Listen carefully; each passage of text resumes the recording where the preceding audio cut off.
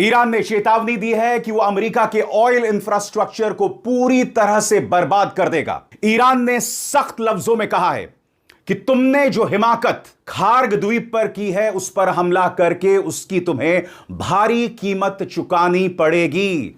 बड़ा प्रश्न ये दोस्तों, यूएसएस ट्रिपोली यह है अमेरिका का जंगी जहाज और खबरें आ रही हैं कि इसमें तैनात हैं 2500 अमेरिकी सैनिक। बड़ा प्रश्न, क्या अब अमेरिका ईरान की जमीन पर अपने सैनिक उतारना चाहता है और खार्ग द्वीप पर जो हमला हुआ है वो महज एक ट्रेलर है?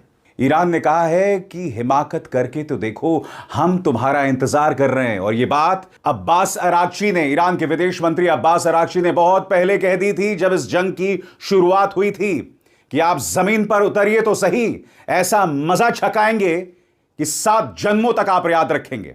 मगर सब